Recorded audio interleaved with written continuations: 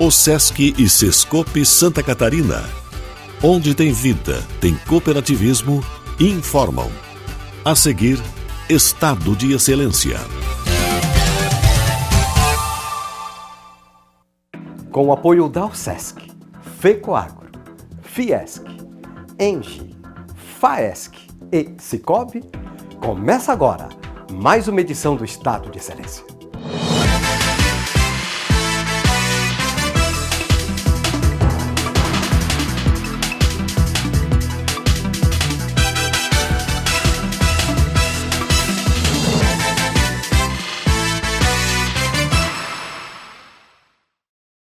O destaque do programa é a entrevista com a Anita Pires, conselheira da Associação Floripa Amanhã. Hoje ela vai falar sobre o programa Florianópolis, Cidade Unesco da Gastronomia, do qual é coordenadora. Florianópolis é a primeira cidade criativa Unesco da gastronomia aqui nas Américas. Vamos continuar com a nossa entrevistada, mas antes, vamos à informação de mercado. Mercado. Oferecimento Faesc, a Federação da Agricultura e Pecuária de Santa Catarina. A Federação do Comércio de Bens, Serviços e Turismo de Santa Catarina realizou o primeiro painel FEComércio, ESG como pilar de negócios. O destaque na programação do evento foi o lançamento da primeira edição de uma pesquisa sobre consumo consciente realizada pela instituição. O conceito de consumo consciente são consumidores que passam a questionar as suas compras e o impacto que tem no meio ambiente, no social, vários tipos de impacto. Então esse é, de forma bem genérica, o conceito. E a pesquisa apurou que os consumidores catarinenses estão evoluindo. Alguns temas eles são bem atentos ao consumo consciente, outros nem tanto. Mas existe uma evolução e principalmente que eles não toleram empresas que desrespeitam o meio ambiente e os seus funcionários. Então a minha dica para os empresários do comércio de bens, serviços e turismo é que o ESG, a sustentabilidade e também a economia circular são uma oportunidade de negócio para que as empresas agreguem o valor ambiental e social na sua tomada de decisão, no relacionamento com os seus stakeholders, com as partes interessadas, visando não apenas o lucro, é o lucro que vai além, que cuida da sociedade, do bem-estar dos seus colaboradores, dos seus parceiros e que faz estratégias de negócio para serem mais duradouros. Todo negócio gera impacto e esse impacto não pode ser dito como, isto é um efeito colateral. Não existem efeitos colaterais. Todos os efeitos são efeitos. Então as empresas têm que ser responsáveis e dizer, eu não vou maximizar o retorno apenas para o meu acionista. Porque muitas vezes isso é feito às custas da dor, da miséria e do sofrimento de outros stakeholders, outras partes relacionadas, como colaboradores, clientes, fornecedores e a própria sociedade. E nós dependemos pelo menos de 3 coisas fundamentais do meio ambiente para estarmos aqui, até nessa entrevista. Água potável, ar respirável e comida saudável. Então, quando a gente começa a falar de um tema como o ESG, né, que entre outras coisas valoriza muito a questão social dos impactos, não só sociais, mas também ambientais e econômicos dentro da sociedade, é importante que a gente entenda, né, como que o comércio vai ser afetado por isso e como que ele pode se colocar à disposição para atender os clientes dentro dessas demandas que eles estão colocando, né? Um dado bem interessante que destacou, eu achei que seria maior, mas realmente é interessante observar, é que 55% dos consumidores catarinenses já realizaram compras de itens usados, roupas usadas de segunda mão. Então, 55% em algum momento já compraram roupas usadas, mas 45% ainda não. Então, é um mercado que precisa crescer, né? O mercado chamado de second hand vai crescer muito mais do que a roupa nova. Qual é o objetivo? Não joga na natureza. E a ideia é a missão, cuidar das pessoas, limpando o planeta e educando a nova geração, que é um projeto educacional que a gente tem. Por quê? Hoje a gente tem que se reeducar na nossa faixa etária. Agora, há tempo de virar a chave, educando a geração das séries iniciais até o 9º ano, que é um projeto que a Caixa tem, tá? Então a minha missão é simples. Você, sua roupa, uma causa. Limpar o planeta.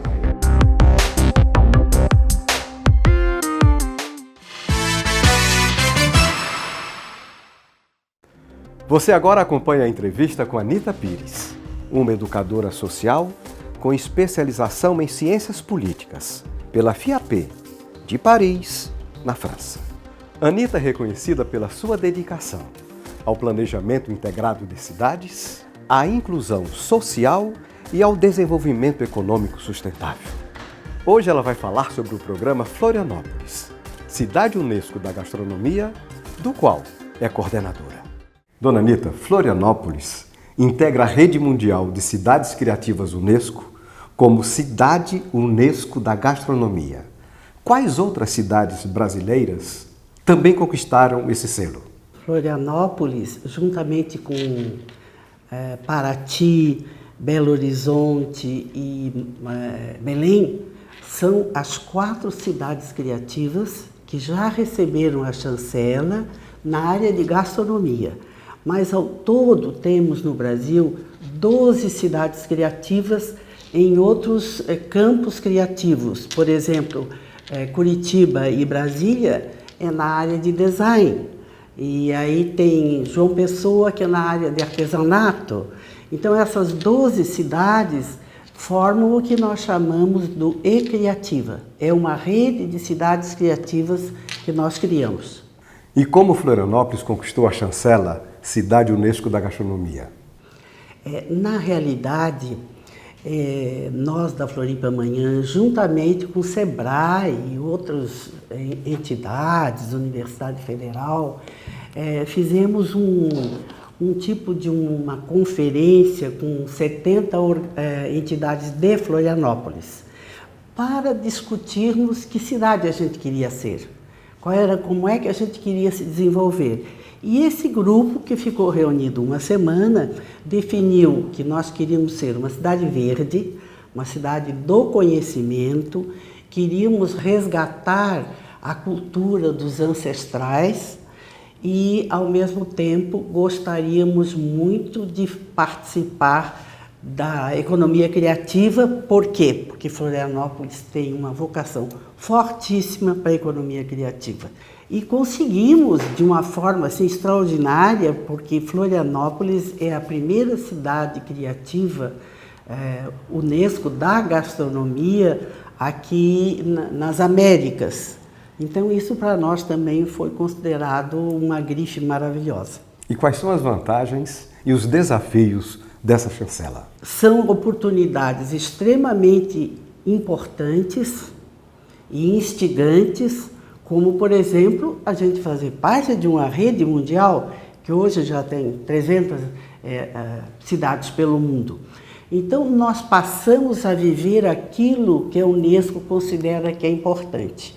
E, em primeiro lugar, a contrapartida e o trabalho, ele tem que ser de intercâmbio entre as cidades da mesma chancela ou de outra chancela, porque os campos criativos eles se misturam.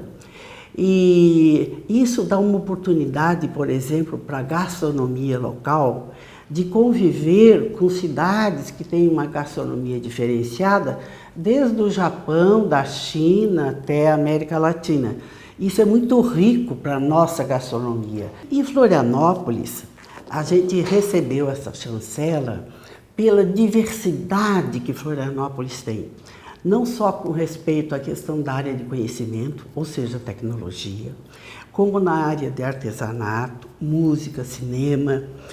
E essa possibilidade de nós estarmos podendo conversar com Macau, por exemplo, que foi o último evento que faz um mês e pouco, sobre ostras, ou buscando o know-how de Macau e para aperfeiçoar a questão, a genética da nossa ostra, é sim, extraordinário. Para que a Unesco conceda uma chancela para uma cidade, tem que ser, vamos dizer assim, um desejo da cidade como um todo.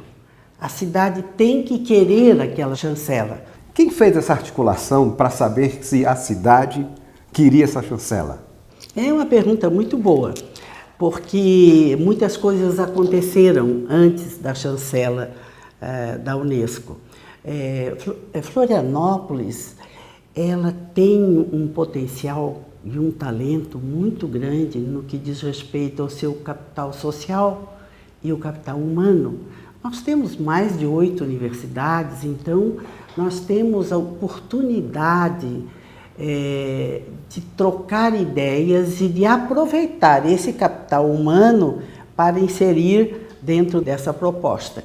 E isso aí teve um valor fundamental, porque a cidade que já tem um capital humano e um capital social ou cultural, ela já sai na frente. Então, isso foi construído principalmente pelas entidades há mais de 10 anos, né? E principalmente pela Floripa Amanhã, que tem um compromisso com a questão da economia criativa. E Floripa Amanhã é um órgão da prefeitura ou do governo? Não, Floripa Amanhã é uma instituição do terceiro setor, uma entidade do terceiro setor. Não tem nenhuma vinculação política nem partidária? Não, nem pode.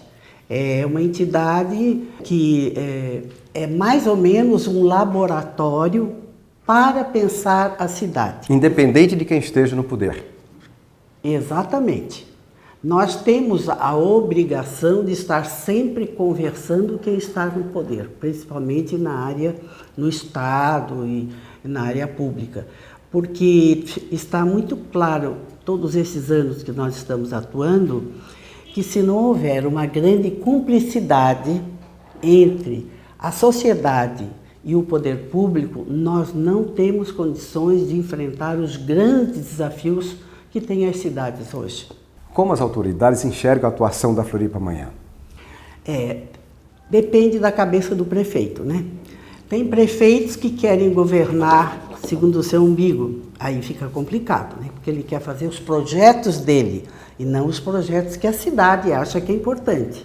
Mas atualmente, já no segundo mandato, nós tivemos 2 prefeitos com um olhar inteligente e criativo para a forma com que a sociedade, as organizações empresariais, a academia, têm e devem fazer para ajudar a cuidar da cidade. A cidade, ela é feita e ela é fundada e ela responde àquilo que os seus habitantes fazem, né? Desde a questão do lixo, do cuidado com as calçadas, com as flores, da preocupação com as crianças que estão na rua e por aí afora. Então, o prefeito que consegue enxergar isso é um bom prefeito. Além da chancela Cidade Unesco da Gastronomia, que outras ações foram lideradas pela Floripa Amanhã? Floripa Amanhã tem 18 anos. Hoje, estão no seio dessa organização do terceiro setor mais de 18 entidades. O que a gente percebeu é que quando as pessoas se juntam, elas conseguem mudar o mundo. Isso é muito legal. E então nós temos hoje 5 áreas que nós atuamos. Uma delas é a economia criativa. Onde está inserido esse projeto? Onde está inserido esse projeto, que é realmente a economia que mais cresce no mundo, né? Então nós estamos... Com alta capacidade de gerar emprego e renda, né? Exatamente, perfeito. E aproveitar aquele lado da sociedade, aquele lado criativo, inovador, que a gente vive numa fase de inovação e de criatividade. E a economia criativa é exatamente aproveitar essa inteligência, esse conhecimento, essa vivência das pessoas para pensar a cidade. Então, é muito rico. Nós temos alguns trabalhos ligados à área de urbanismo, temos um trabalho de adote uma praça, as praças, inclusive essa aqui na frente, todas essas praças são um trabalho que a Floripa Amanhã faz, junto com a prefeitura. Nós não fazemos o papel da prefeitura. Não, a Floripa Amanhã não executa a obra, só não executa. Faz o plano e sugere para... Exato. Chama os interessados, né? Cria uma sinergia entre eles e aí o trabalho continua. Isso também não tem custo para a prefeitura, não, né? Não. E nós nem podemos receber. Uhum. Dinheiro público a gente praticamente nunca recebeu.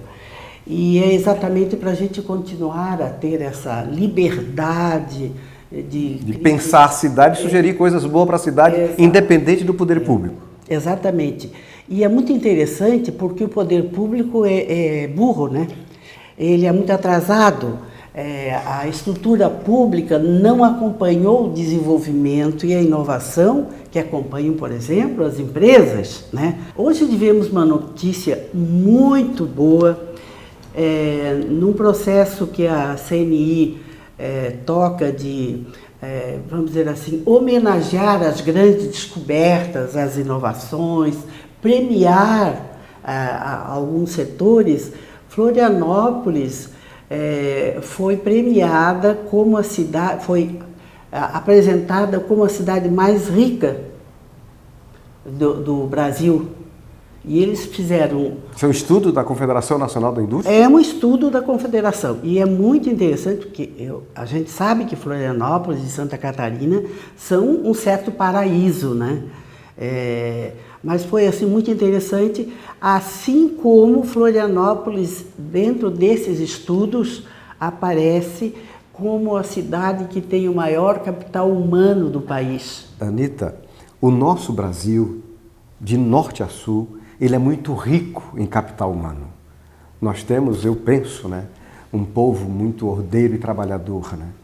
Uma cidade do Piauí, chamada Bom Jesus, é a cidade dos doutores, é uma cidade pequena, né, no sul do estado do Piauí, que tem o maior número de doutores por metro quadrado. Então, nós temos um povo com vocação para estudar e para trabalhar. E por que regiões são tão desenvolvidas e outras não, se o povo é o mesmo? E aí, né, Raimundo, a gente entra numa área assim, bastante importante e questionável. Na realidade, nós temos um processo atualmente, nos últimos anos, de uma decadência da área política. Uma decadência dos partidos políticos, dos dirigentes públicos, que estão muito mais preocupados com a sua reeleição do que realmente transformar aquela cidade ou aquele estado num estado de felicidade, um estado de bem-estar. E essa falta de comprometimento da área política com o desenvolvimento sustentável e com as pessoas é uma coisa muito triste. Então, o que a gente percebe? Tem cidades que têm um prefeito ou uma prefeita criativo, dedicado, quer desenvolver, ver onde é que estão as grandes fragilidades da cidade, onde é que estão as crianças, como é que está a escola pública, como é que está a saúde das mulheres, das crianças, dos homens. E onde não existe essa preocupação, e cá para nós, onde a gente vota mal também, onde a gente não quer participar da vida pública, porque hoje a gente escuta muito isso. Eu não tenho estômago para viver nesse ambiente, porque não é um ambiente sadio. Isso é muito triste, né? E se a gente olha, por exemplo, para quantos partidos o Brasil tem? A gente não sabe mais onde é que estão as pessoas, que partido elas estão, porque já são mais de 30, né? Isso aí não ajuda a democracia. Mas voltando à questão do desenvolvimento de Florianópolis, né, que outras ações, além da cidade, Unesco da gastronomia e das praças que embelezam a cidade, que outras ações são lideradas pela Floripa Amanhã? O nosso grande know-how é realmente criar sinergia. Então, nós recebemos um pedido de 2 ou 3 entidades dizendo assim, olha, os nossos supermercados estão comprando produtos hortifrutigranjeiros na Seasa de São Paulo. E a Unesco diz o seguinte, não use produto que esteja a mais de 100 quilômetros do seu restaurante ou do seu consumo. Por quê? Porque vem estragado, porque tem problema de logística, porque gasta muita gasolina. Então, vamos estimular os nossos pequenos agricultores que estão aqui nas 7, 8 cidades que fazem parte de Florianópolis. E nós sentamos para conversar sobre isso, foi uma coisa maravilhosa. E isso é uma coisa que estimula muito as pessoas e elas ficam muito felizes de perceber que nessa rede que está sendo construída estão as respostas para os problemas que elas têm. E vamos nós gerar emprego aqui em Florianópolis, em Biguaçu, em São Pedro de Alcântara, que é a nossa região e que nós temos que cuidar da nossa região. É isso que nós temos que aprender a fazer, a reinventar, a pensar o novo e a buscar a solução para resolver os problemas, principalmente da fome, né? Os problemas, por exemplo, da desigualdade. O Brasil não vai acertar o rumo se não tratar da desigualdade. A ONU, a Unesco e o Banco Mundial, e apoiado por diversos países, criaram e estão sentados pensando como é que os países vão fazer o enfrentamento dessas dificuldades todas, desde a questão da desigualdade até a questão da educação.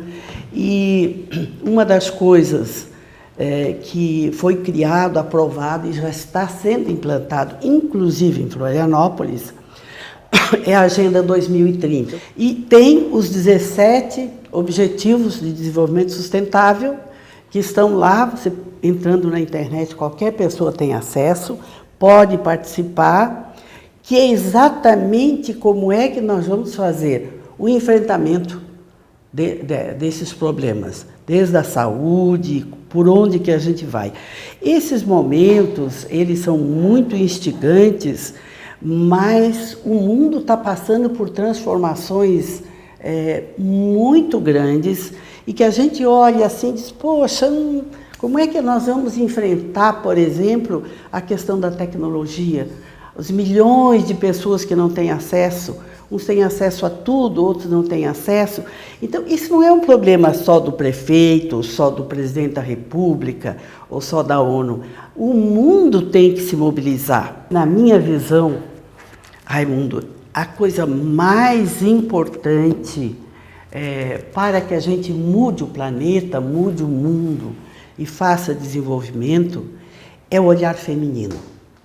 Enquanto 50% das pessoas que habitam o mundo não têm voz e não têm poder, os homens sozinhos não dão conta. Então, esse olhar da mulher, que é muito mais para a educação, para a família, para a alimentação, o mundo tem que olhar com os olhos da mulher, que a mulher pensa na família, pensa na alimentação. E muitas vezes o homem pega o dinheiro e vai para o bar tomar cerveja, né, ou jogar, e não pensa nos filhos que estão com fome. Completamente de acordo com a maior participação feminina, mas nem todos os homens vão para o bar tomar cerveja, né? Ah, tem razão, lógico, eu estou dizendo alguns, tem razão. Tem homens que são muito parceiros, que têm uma alma feminina e que entendem como é que é esse novo momento. E eu encontrei esses dias um grande empresário de Santa Catarina que disse o seguinte, na minha empresa eu só tenho mulher. Elas são mais rápidas, são mais efetivas, enfim. O Banco Mundial faz uma análise econômica da ausência de 50% da população que não está produzindo, que ao contrário é discriminada, que são as mulheres. Então, a questão da desigualdade, a gente tem que levar em consideração que todos têm que estar nessa luta. E as mulheres têm que estar no poder, sim, na vida pública. E eu diria até o seguinte para ti, qual é o país que é governado por mulheres que está em guerra? Tem algum? Não. Né? Por quê? Por que o homem e a mulher têm que estar juntos? Porque eles se complementam, né?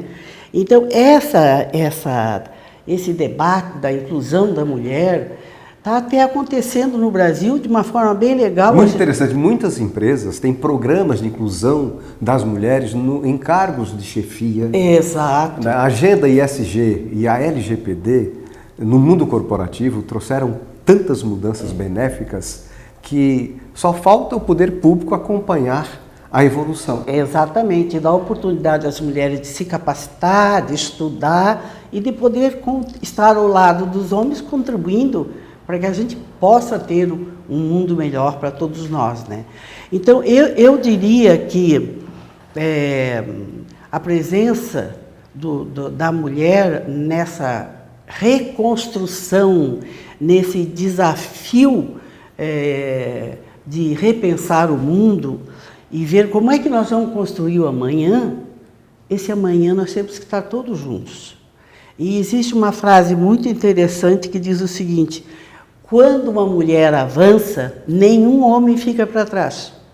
Porque ela é a mãe, ela é a parceira, e isso é muito interessante, porque a gente precisa de toda essa capacidade humana, de toda essa inteligência, essa experiência, de homens e mulheres, de universidades e de sindicatos, que estejam sentados também, pensando o que vamos fazer com a nossa cidade, né? De que forma nós podemos ajudar. E é isso que a Floripa Amanhã faz. Dona Anita Pires, com os meus cumprimentos, muitíssimo obrigado pela gentileza da entrevista. São esses momentos que transformam o mundo, porque a promoção, a divulgação e o papel da imprensa e dos jornalistas é fundamental para a gente construir o amanhã. Termina aqui o programa de hoje.